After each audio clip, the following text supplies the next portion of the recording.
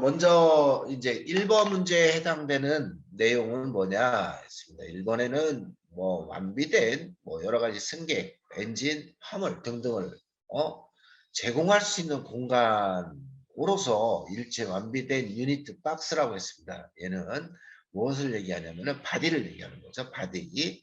바디하고 프레임하고 두 가지 종류를 우리가 판단하시면 되겠습니다.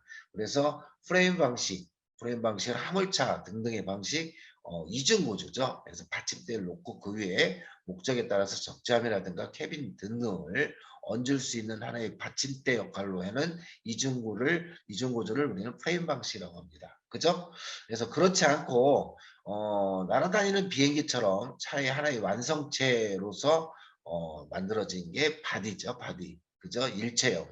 그죠? 프레임 받침대가 따로 없고 하나의 일체형으로 해서 계란 껍질의 원리, 그래서 원리로 만들어졌다 해서 원우코크 바디, 뭐 그런 얘기 많이 들어봤을 겁니다. 그래서 일체 구조형이다, 일체형이다 해서 일체형에 해당되는 것은 바디로서 승객 엔진 화물 등등을 제공할 수 있는 하나의 박스다, 유니트다 해서 기억을 해주시기 바랍니다. 그래서 프레임은 자동차의 골격이다 해서 기준점, 좀 전에 받침대다, 골격이다 했을 때는 프레임, 완성된 박스다 했을 때는 바디. 그래서 본닛은 뭐 본닛 후드, 우리 관리법에서는 후드로 정리가 되죠. 그래서 후드, 어셈블리는 완성체를 얘기하죠.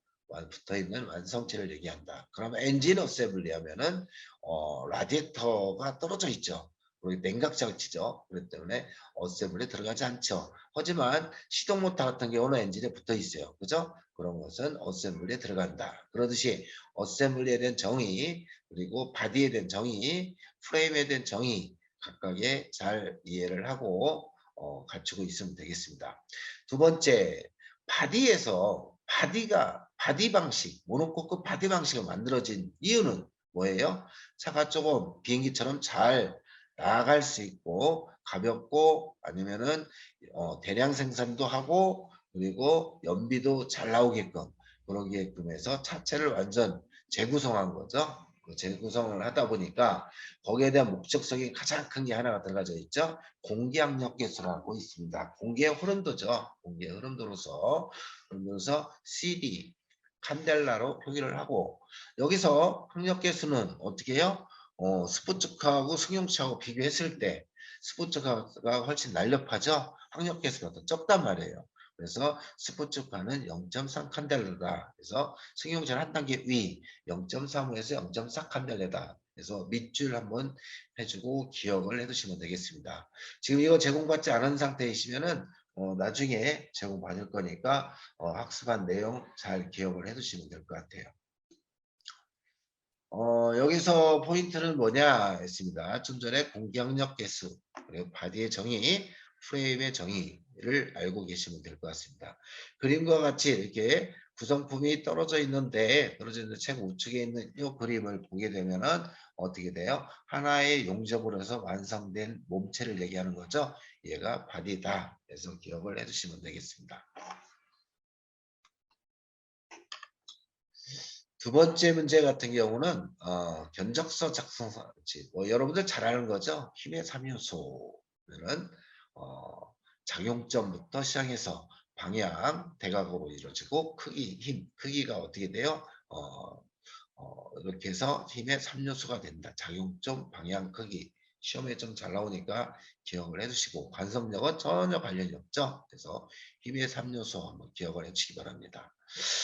참고적으로 밑에 하단부에 전류 3대 작용 있습니다. 전류 3대 작용, 자기작용, 발전기, 발열, 전구, 화학, 뭐예요? 배터리. 생각하듯이 전류 3대 작용을 기억을 해주시면 되겠습니다. 자기, 발열, 화학. 이 세 가지 문제 시험에 잘 나오니까 참고해 주시고 전류라든가 저항이라든가 전압은 다 아실 거니까 통 넘어가는 걸로 하고 오음의 법칙이 있습니다. 오음의 법칙 시험에 잘 나옵니다. 여러분들 준비하면은 오음의 법칙 뭐 기능사가 됐든 산업기사가 됐든 다 이 내용이 흡수되어 있다는 거 참고해 주시고 오음의 법칙 하나만 기억을 하면 되겠죠. I는 R분의 E에서 하나 기록을 해주고 전력 있습니다. 전력 P는 EI다. 그래서 전력에 해당되는 공식 오음의 법칙에서 기억을 해주시기 바랍니다. 그래서 얘 또한 시험에 잘 나온다. 그래서 참고해 주시기 바랍니다. 그래서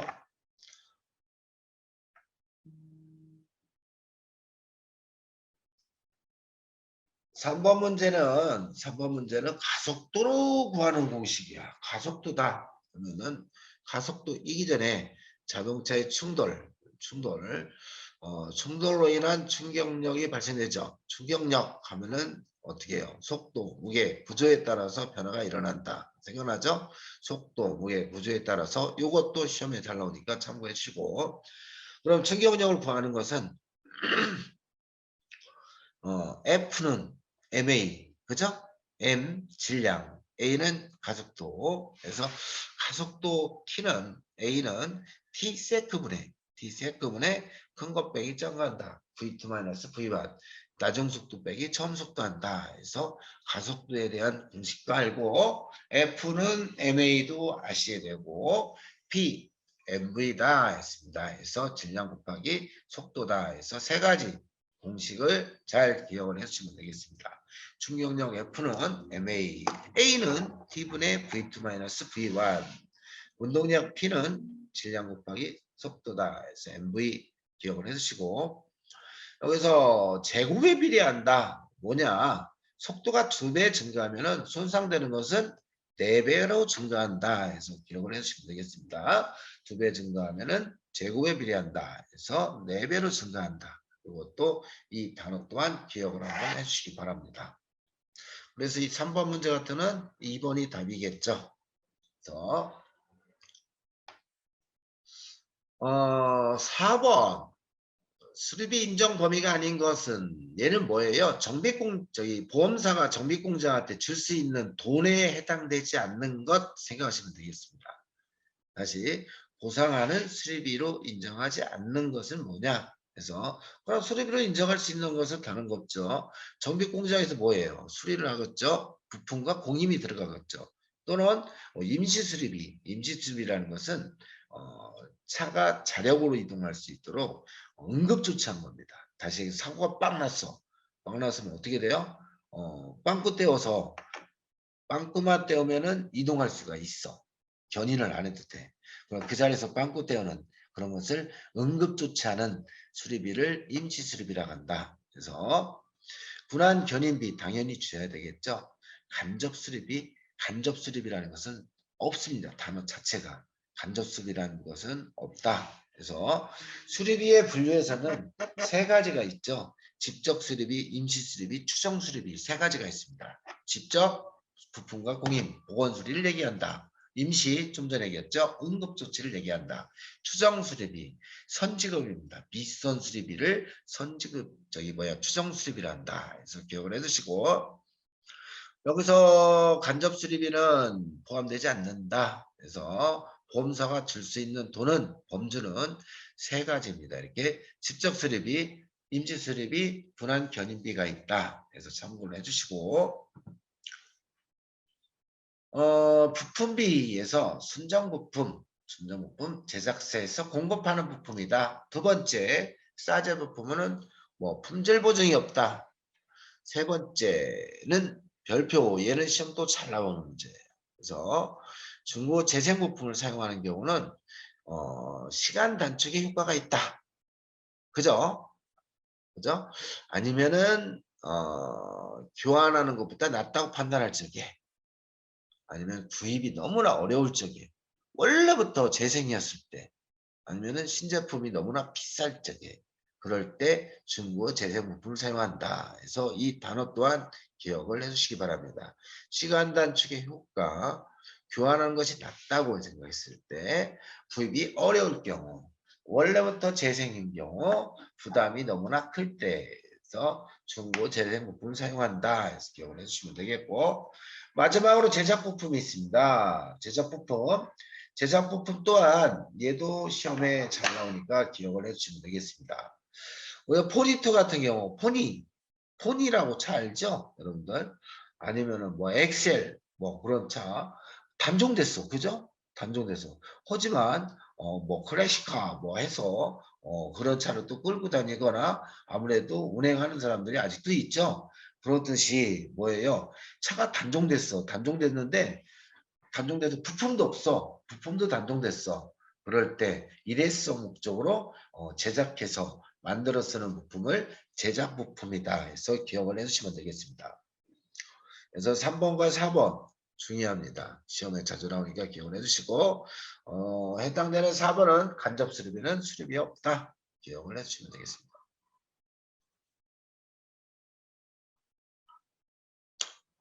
착자 패널 변형 종류로 속하지 않는 것 됐습니다. 그래서 차체 패널 변형은 나뭇가지가 꺾어지지 본네트 후드가 정면 충돌했을 때 빵 꺾어지는 것을 그냥 꺾어진 꺾임이라고 합니다. 두 번째 헤드램프트 쪽 그쪽을 부딪혔어. 그쪽을 코너 쪽으로 붙였어. 코너나 엣지 부분에 충격으로 인해서 어떻게 해요? 찌글찌글해진 것을 찌부러짐이라고 합니다. 그래서 꺾임은 판때기가 꺾어지는 것을 꺾임, 코너나 엣지 부분 찌글찌글해지는 것은 찌그러짐이라고 설명을 할 수가 있고 얘는 어떻게 해요? 판검하기 엄청나게 어려워요. 최고 어려운 게 찌부러짐이다. 찌부러짐 기억을 해주시고 세 번째 보조개 이 그림으로 먼저 보면 되겠죠. 저런 손상 많이 봤어. 그죠? 이런 손상 많이 봤단 말이에요. 저런 손상을 우리는 보조개란다. 다시 화살표 모양으로 나타내진 것을 우리는 보조개라고 한다. 그래서 참고해 주시고 요철도 똑같아요. 요철도 이렇게 올록볼록해지는 반달처럼 올록볼록 규칙적으로 올록볼록해진 것을 요철이라 한다. 그래서 패널 변형의 종류는 네 가지가 있어요. 단순히 꺾임, 아니면 찌글찌글 찌부러짐, 화살표, 보조개, 올록볼록, 요철이 있다 해서 기억을 해주시고 그럼 5번 문제는 자동으로 풀렸어요. 뭐가 있어요? 균열 또는 파단. 얘는 유리입니다. 유리. 파단 촥 갈라져 얼음 갈라지는 거. 그래서 균열 파단은 유리에 해당된다. 그래서 기억. 그래서 5번은 4번이죠. 4번 답이 중요한 게 아니고 여기서 패널 변형의 종류 밑에 하단에 있는 설명이 더 중요합니다. 여기서 깊게 파고 들어가서 화살표 모양으로 나타낸 변형을 뭐라고 하냐?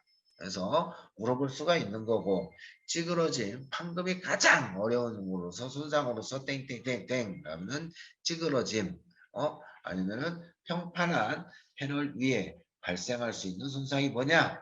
꺾임. 해서 그런 형태로도 문제가 나오니까 밑에 설명되어 있는 거 꺾임, 찌글찌글, 찌부러짐, 화살표, 보조개, 올록볼록, 요철 해서 기억을 해주시면 되겠습니다. 6번 문제 공부는 공부인데 교환용 공부래요. 교환용 공부. 수정용 공부도 있어요. 이렇게 6번 밑에 하단에 보게 되면은 교환용 공부와 수정용 공부 두 가지가 있다. 우린 두 가지를 구분할 줄 알아야 돼요. 구분할 줄. 시험에 이렇게 교환용이 나올지 수정용이 나올지 그건 둘 중에 하나는 뭐 나오겠지만 뭐가 나올지를 몰라요. 그렇기 때문에 교환용과 수정용에 대해서 알아야 된다. 첫 번째, 교환용 공부는 각종의 용접 절단기를 얘기한다. 교환용 공부는 각종의 용접 절단기를 얘기한다 해서 절단기, 스폿 제거기, 저항 스폿 제거기, CO2 반자동, 반동, 용접기, 패널 클램프라는 게 있네요. 패널 클램프는 그림과 같이 바이스 플라이어가 어떻게 해요? 상어입처럼 이렇게 꽉 벌어진 거 얘를 패널 클램프라고 한다. 말 그대로 뭐예요? 교환에 필요한 거 패널을 자를 때 절단할 적에 잘 고정을 시켜놓고 절단해야만 잘 잘라질 거 아니에요? 해서 교환에 필요할 적 교환용에 들어가는 걸로서 패널 교환시 새 패널을 정유시에 확실하게 고정시켜주는 공구가 뭐냐? 패널 클램프다. 얘는 교환용이냐 수정용이냐? 교환용이다. 까지 기억을 해주시면 되겠고 수정용 공고 있습니다. 수정용 공고 얘는 망치질한다 생각하면 되겠죠. 그래서 수정용 공고는 망치질하는 거다. 해머 돌리 그죠? 해머가 망치, 돌리는 받침대다 했습니다. 또한 미세한 변형을 제거하는 데 쓰는 스터드가 있습니다. 스터드는 링, 와셔, 핀 등등을 꽂는 거로서 작은 변형을 제거한다. 그래서 스터드, 꽂는 거로서 작은 변형, 핀셋이다 생각하시면 되겠죠. 아니면 반대로 덴터플러가 있습니다. 빼는 거다. 빼는 거. 그리고 보디필러가 있습니다. 보디필러 같은 경우는 충전재로서 빠데랑 비슷하다. 그래서 기억을 해주시기 바랍니다. 보디필러는 그럼 뭐에 들어가요? 수성용에 들어가죠. 수성용. 교환용은 절단 공구 용접기 절단기다. 플러스 페노클레프가 있고 수정용은 망치와 받침대 해머돌리가 있고 스터드, 데트필러, 보디필러가 있다. 기억을 해주시면 되겠습니다. 빠르지 않죠? 수리공임, 수리공임이란 대체 뭐냐? 기술적 요소인 표준 작업 시간.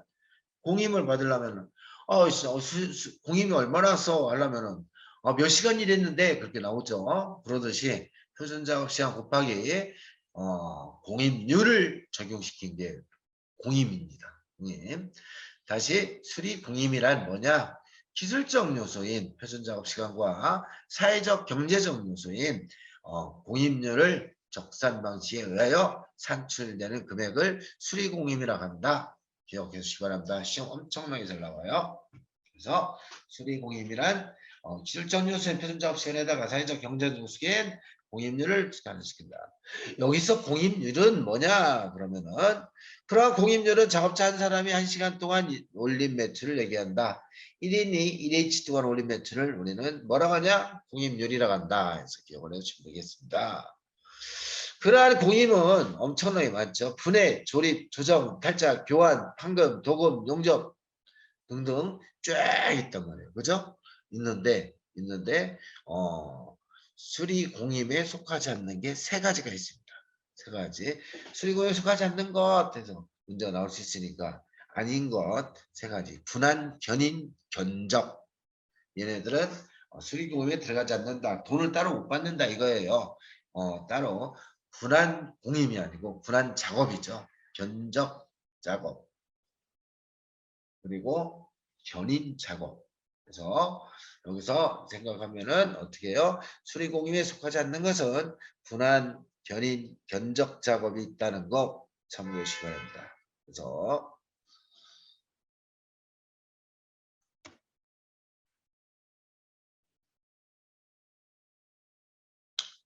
8번 조향장치의 고장에 대한 설명으로 틀린 것 됐습니다. 조향장치가 뭔지 아시죠? 핸들이죠. 뭐 쉽게 이해하자고요. 핸들. 그러한 조향장치는 일체 차축식과 독립평가가 있다. 일제 차축식은 우리가 흔히 얘기하는 큰 화물차를 얘기하는 거죠. 화물차가 있고 독립평가식 얘는 독립평가 조향장치다. 그러면은 조향 파워스티어링 기어가 있죠. 오무기어라고도 하죠. 파워스티어링 기어가 있다. 그래서 일제 차축식은 앞좌측, 너클 스피널, 킹핀이 뭐야? 킹핀은 못이지 못. 그래서 너클암, 연결시키는 너클암, 타이로드가 있다.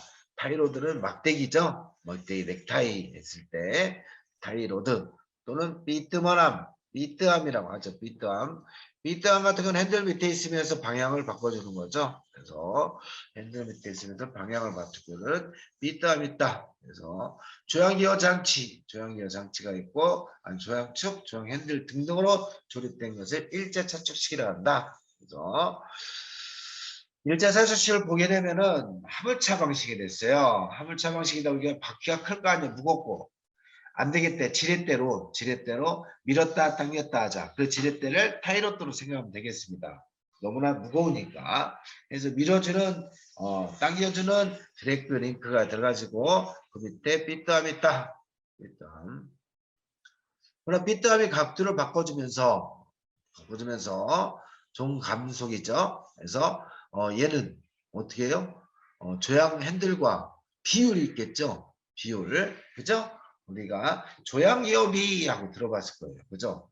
조향기업이 조양기업 B 하면은 여러분들 많이 배웠죠? B는 작은 것분에 큰 거 한다 생각하면 되겠죠? 빼기는 큰 것 빼기 작은 거 한다. 그죠? B는 작은 것분에 큰 거 한다. 그러면은 여기서 그림에서 보게 되면은 비트와 조양 핸들 어떤 게 더 커요? 조양 핸들이 더 크죠? 그래서 작은 것이 그럼 뭐예요? 비트암. 위에는 조양 핸들 해서 조양 기업이는 비트암 움직임 각, 조양 핸들 움직임 각이 공식이다. 그래서 B 하면 비트 한 번에 조형 핸들. 예를 들어서 핸들이 한 바퀴 회전했다. 핸들이 한 바퀴 회전했다. 비트 하면 60도로 회전한 각을 60도 움직였다 하면은 조형 기업이는 뭐냐? 그래서 60분에 360 하면 되겠죠. 1 회전했으니까. 그래서 66에 36, 6대 1이 된다. 그래서 그러듯이 조형 기업 B를 생각할 수가 있고 그러한 조양 기업이가 적다는 것은 위아래가 거의 비슷하다는 거죠. 비슷하다는 거. 그래서 적은 것은 뭐예요? 핸들이 작은 거. 경주용 여기하고 조양 기업이가 큰 거. 핸들이 크다는 거죠. 그거 버스 운전한다고 생각합니다. 버스 그죠? 버스 널널하려 버스를 운전하는 거로 생각하시면 되겠다. 그래서 기업이가 클 때 핸들 조작이 가볍다. 보건성이 좋지 않다. 핸들 놓칠 리 없다. 그래서 기업이가 클 때, 작을 때는 뭐 경주용차 생각하면 되겠고 조양 핸들 유격 하면은 여러분들 세 가지를 알아야 되죠. 뭐예요? 유격 그러면은 유격대 군대 유격대 그게 아니고 어떻게 해요? 유격하면 브레이크 페달 유격 있죠. 브레이크 페달 유격은 몇이야? 10에서 15 그죠? 그리고 클러치 페달 유격은 곱하기 2하면 되죠. 20에서 30 최고치인 30은 핸들 유격이죠. 그래서 브레이크 페달 유격은 10에서 15 곱하기 2는 클러치 유격 그리고 마지막 30은 뭐라 핸들 유격이다까지 기억을 해주셔야 됩니다. 여기서 그러면은 그렇게 이루어지는데 이렇게 독립평가 방식이다. 승용차 방식이다. 승용차 방식은 이렇게 파워 스티어링 기어가 MDPS로 되어 있는 거 있고 유압으로 되어 있는 게 있죠. 그래서 이렇게 보게 되면은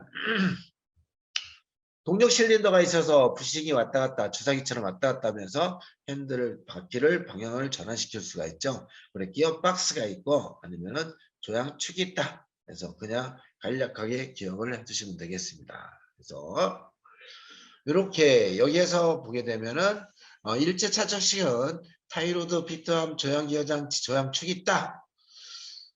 승용차 방식, 독립평가 방식은 조향축, 조향기어 박스가 있다 해서 기억을 해주시고 조향기업이는 작은 것분에 큰 거, 비트 한 번에 조향 핸들이 있다. 다음에 기업이가 클 때는 버스 운전이다. 그래서 핸들 조작이 가볍다. 또 보건이 좋지 않다. 그래서 기억을 해두시고 조향 핸들 유격이 크게 되는 원인 조향기업 백래시가 과대하다. 백래시란 단어가 뭐예요? 백래시 들어봤죠? 백래시는 기어와 기어 사이의 간격입니다. 간격이 크면은 어떻게 유격이 커지겠죠? 간격을 우리는 백래시란다. 그래서 다 헐겁거나 마모가 됐을 때는 유격이 커지겠죠. 그런 문제를 한번 보게 되면은 뭐 스티어링, 기어박스 다 되는데 진공 배력 장치가 있습니다. 진공 배력 장치 뭐예요? 제동 장치에 들어가죠. 배력 장치, 제동 장치에 다시 얘기해서 대기압에 있는 이를 진공압으로 흡기다기관에 있는 진공압 다시 대기권 밖으로에 있는 공기로 해서 증강시키는 거죠. 힘을 배력시킨다. 다른 말로 부스터, 하이드로백이라고 들어봤죠. 그래서 3배에서 4배 밟는 거에 3배, 4배 증강시키고 그러면은 그러한 배력장치 다음에 붙어있는 게 하이드로백 다음에 붙어있는 게 뭐예요? 마스터 실린더죠. 마스터 실린더에서 오일이 파이프 통해서 캘리퍼로 연결되죠. 얘는 무슨 원리? 유압식 브레이크는 무슨 원리다? 생각나요? 파스칼 원리다. 그죠? 파스칼 원리다. 얘도 기억을 해두시면 되겠습니다. 잠시만요.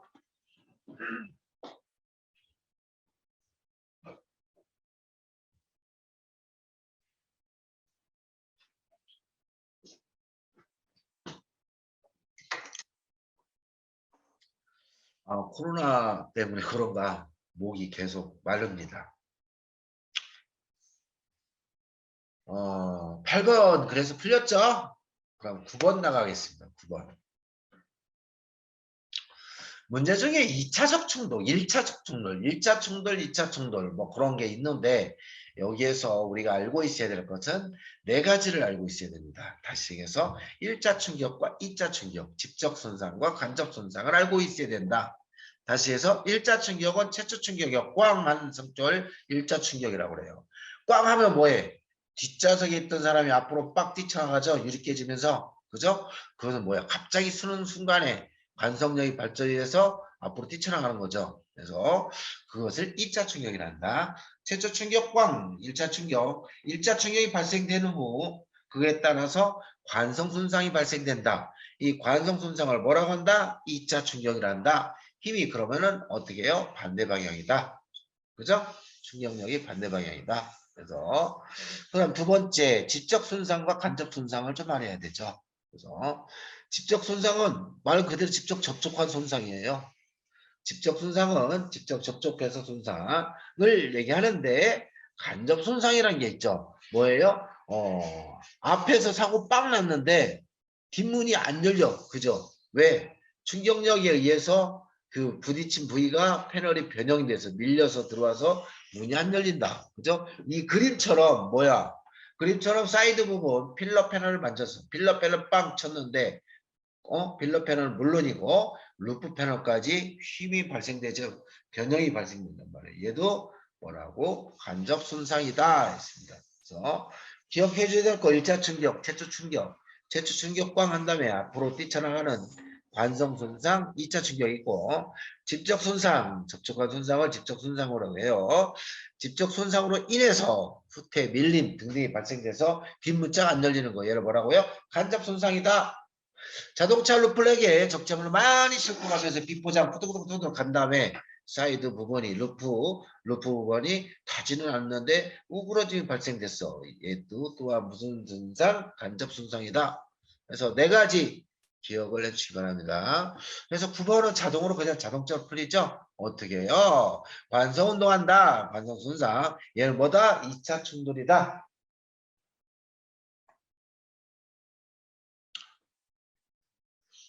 10번 문제. 10번 문제 수동변속기에 대한 설명으로 만든 거. 수동변속기, 수동변속기. 잘 아시죠? 일단 변속기는 왜 필요하냐를 알고 있어야 되죠.